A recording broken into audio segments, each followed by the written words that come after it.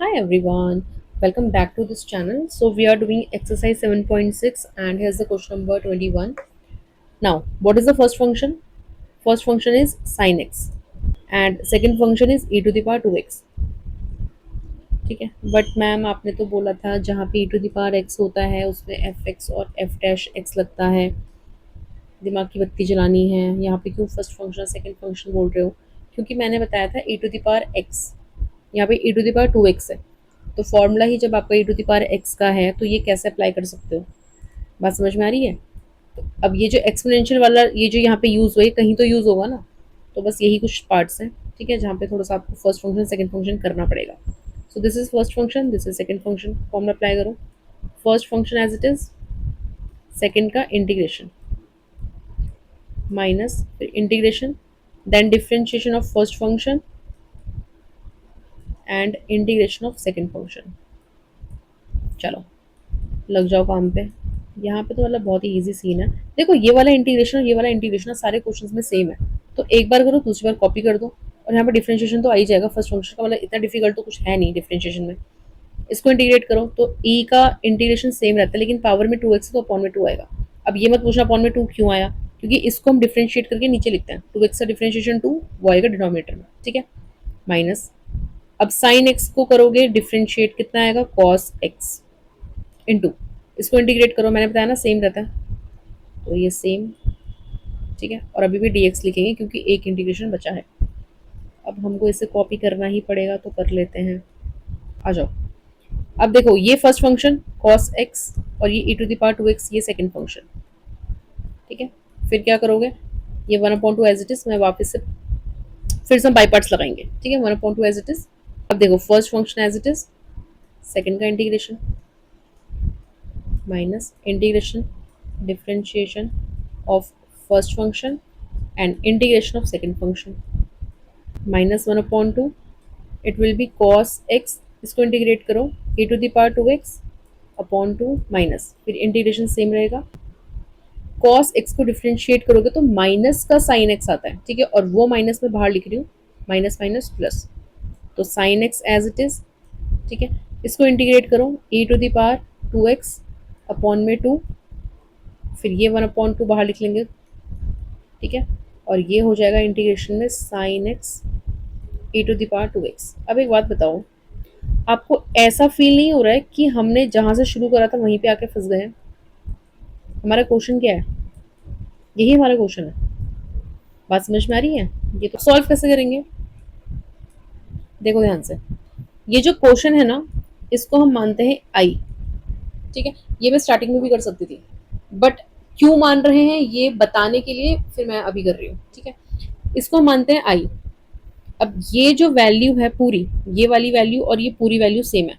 अब हम इस आई को सॉल्व कर रहे हैं, तो बेसिकली अगर मैं यहाँ पे लिखूँ तो ये आई के इक्वल है, आई मतलब इंटीग्रेशन, ठीक है, ये भी आई के इक्वल है, यहाँ पे कॉमा कॉमा क्योंकि सेम था, और ये भी किसके इक्वल है, आई के इक्वल है। अब आई के इक्वल है, लिख लेते हैं फिर से, sine x e to the power 2x upon में 2, इसको ओपन करो तो माइनस प्लस माइनस 1/4, और ये जो टर्म है ना इंटीग्रेशन के साथ इस पूरे को, क्योंकि ये क्वेश्चन है और क्वेश्चन में हमने इसको आई माना है, तो मैं इसको लिख रही हूँ आई इंटू में आई, ठीक है। अब ये सेम टर्म है, मतलब लाइक टर्म्स को हम एक तरफ शिफ्ट करते हैं, तो ये क्या है i/4 माइनस का, और यहाँ पे भी आई है क्योंकि ये क्वेश्चन और यहाँ पे क्वेश्चन सेम हो गया ना, तो इसको उधर शिफ्ट कर देंगे तो इट विल बी आई, और ये इधर शिफ्ट होके कितना हो जाएगा प्लस में 1/4 i, और ये एज इट इज। चलो अब इसको सिंप्लीफाई करो, कितना आ जाएगा 5/4 i, ठीक है। अब इसको आप क्रॉस मल्टीप्लाई भी तो करोगे क्योंकि हमको आई फाइंड करना है ना, तो जब आप इसको यहाँ मल्टीप्लाई करोगे तो ये कितना हो जाएगा 4/5। बात समझ में आ रही है? अब ये जो 4/5 है ये इन दोनों टर्म से मल्टीप्लाई होगा ना, इस पूरे से मल्टीप्लाई होगा, तो मैं अब क्या कर रही हूँ नेक्स्ट स्टेप में, इसके साथ भी और इसके साथ भी 4/5 लिख रही हूँ मल्टीप्लाई में, ठीक है। तो सिंप्लीफाई कर लेते हैं, I is equals to 4/5 sine x e to the power 2x upon में 2, ठीक है, ये 2 एंगल नहीं है, अलग से नंबर है माइनस, फिर यहाँ पे भी 4/5 मल्टीप्लाई करेंगे 1/2 cos x e to the power 2x and then upon में 2, बस। अब देखो टू टू ज़ा फोर एंड फोर से फोर कैंसिल, यहाँ पे बचा सिर्फ फाइव। टू वन ज़ा टू, टू टू ज़ा फोर। क्योंकि यहाँ पे भी e to the power to x और यहाँ पे भी e to the power to एक्स सेम है, तो मैं इसको ऐसे लिख रही हूँ। क्योंकि यहाँ पे भी अपॉन में फाइव है, यहाँ पे भी अपॉन में फाइव है, तो मैं इसको ऐसे लिख रही हूँ। अब यहाँ पे बचा आपके पास टू, ये टू बचा है, ठीक है। टू साइन एक्स माइनस, और यहाँ पे क्या बचा है, सिर्फ cos x, and then plus में C as it is, and this is the answer. ठीक है, समझ में आया। अच्छा क्वेश्चन था, और थोड़ा सा ना ऐसे स्टार लगा लो। मतलब ये जो, देखो जो क्वेश्चन थोड़ा डिफरेंट होगा, जिसमें काम ज्यादा होगा, एग्जामिनर वही तो देगा आपको। ऐसे इजी सा क्वेश्चन क्यों दे देगा उठा के कि ये ई एक्स है और ये एफ एक्स है और ये एफ डैश एक्स है, बताओ फॉर्मूला बताओ कौन सा है। तो फॉर्मूला तो सबको याद है ना, अप्लाई तो करना है। मजा तो तब है जब आप फॉर्मूले तक पहुंचने के लिए भी इतना बड़ा लिख रहे हो, एफर्ट्स मार रहे हो, ठीक है ना। तो वही सारी चीजें हैं। चलो नेक्स्ट क्वेश्चन करते हैं। Now look at the question number 22। अब ये क्वेश्चन आपको इनवर्स ट्रिग्नोमेट्री जैसा नहीं लग रहा है, जिसमें हम सिंप्लीफाई करते थे, इनवर्स से कैंसिल करते थे, अंदर साइन बनाते थे, या सेम ट्रिग्नोमेट्रिक रेशियो होना चाहिए ताकि वो कैंसिल हो जाए, तो वही करना है। अब हमको पता है, सिंस वी नो दैट, अब जिसको पता है वही लिख पाएगा ये वी नो दैट वाला sine, that sine two theta. अब जिसको नहीं पता वो देख लो और इसको लिख लो भाई नोट्स में। फॉर्मूला आपको पता तो चलेगा कौन कौन से फॉर्मुलेज यूज हो रहे हैं। अब जिसको पता है अच्छी बात है, जिसको नहीं पता एटलीस्ट लिख तो लो आप कि ये फॉर्मूला यूज हुआ है। तो ये फॉर्मूला ट्रिगो में लिखो आप, ठीक है, क्योंकि ये ट्रिगो का फॉर्मूला है। अगर ये ऐसा है कि साइन टू थीटा ये होता है, ठीक है, तो क्यों ना मैं एक्स की जगह पर टेन थीटा पुट कर दूं, क्या ही हो जाएगा। और इसको डिफ्रेंशिएट कर दूं, और डिफ्रेंशिएट करके इसको ऐसे लिख दूं, और फिर मैं इसको रिप्लेस कर दूं। मतलब क्या ही हो जाएगा, क्या ही हो सकता है, ज़्यादा से ज़्यादा हमारा क्वेश्चन थीटा में आ जाएगा। तो हमको तो सॉल्व करने से मतलब है ना, थीटा में है, टी में है, एक्स में है, हमको सॉल्व करना आता है। तो वो किसी भी फॉर्म में डिफिकल्टी नहीं होनी चाहिए। तो ये हमने ऐसे लिख दिया। क्योंकि अगर मैं डायरेक्ट टेन थीटा पुट करती तो आप बोलते हैं अरे डायरेक्ट, अरे टेन थीटा क्यों पुट कर दिया, हमें कैसे पता चलेगा। तो ऐसे ही पता चलेगा आपको कि बाहर साइन है तो अंदर साइन ही बनेगा। तो साइन का फॉर्मूला ये होता है, तो टेन थीटा पुट करेंगे, तो यही चेन है, ठीक है। अब यहाँ पे डी एक्स है, डी एक्स को रिप्लेस करेंगे हम किससे, sec square theta and D theta से। अब पूरा क्वेश्चन अपना थीटा में आ चुका है, ठीक है। ये कितना होता है, ये होता है आपका साइन टू थीटा। अब देखो ना, यहाँ से साइन इनवर्स कैंसिल हो जाएगा ना, बस फिर तो क्या ही सीन है। तो ये हो गया आपके पास टू थीटा, टू कॉन्स्टेंट है बाहर लिख रही हूँ मैं, theta and sec square theta and D theta. Now this is the first function and this is the second function. Highlight, algebra पहले आएगा, ट्रिगो बाद में आएगा। चलो टू कॉन्स्टेंट है, इसको ऐसे ही रहने दो, फॉर्मूला अप्लाई कर लो। First function as it is, second का इंटीग्रेशन माइनस, फिर integration differentiation of first function, क्योंकि थीटा के रिस्पेक्ट में करेंगे तो थीटा ही लिखेंगे नीचे भी, and integration of second, bracket close, two as it is, solve करो। इसका इंटीग्रेशन कितना होता है, टेन थीटा, क्या ही है मतलब।